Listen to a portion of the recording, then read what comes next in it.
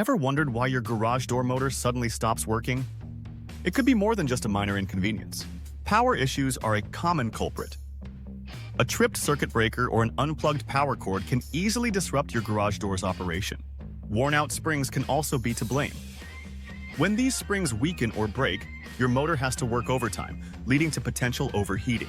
Sometimes, the problem lies in the remote control or wall switch. Dead batteries or faulty wiring can prevent your motor from responding to commands. Misaligned safety sensors can trick your motor into thinking there's an obstruction, halting its operation.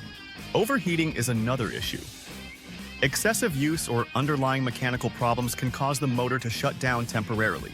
Internal gears and drive mechanisms wear out over time. Grinding noises or a humming motor that doesn't move the door are telltale signs. Obstructed or misaligned tracks can strain the motor, making it stop working.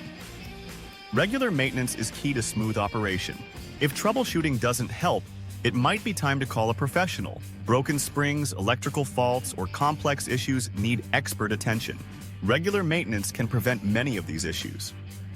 Lubricate moving parts, test safety mechanisms, and keep tracks clean for a long-lasting garage door motor.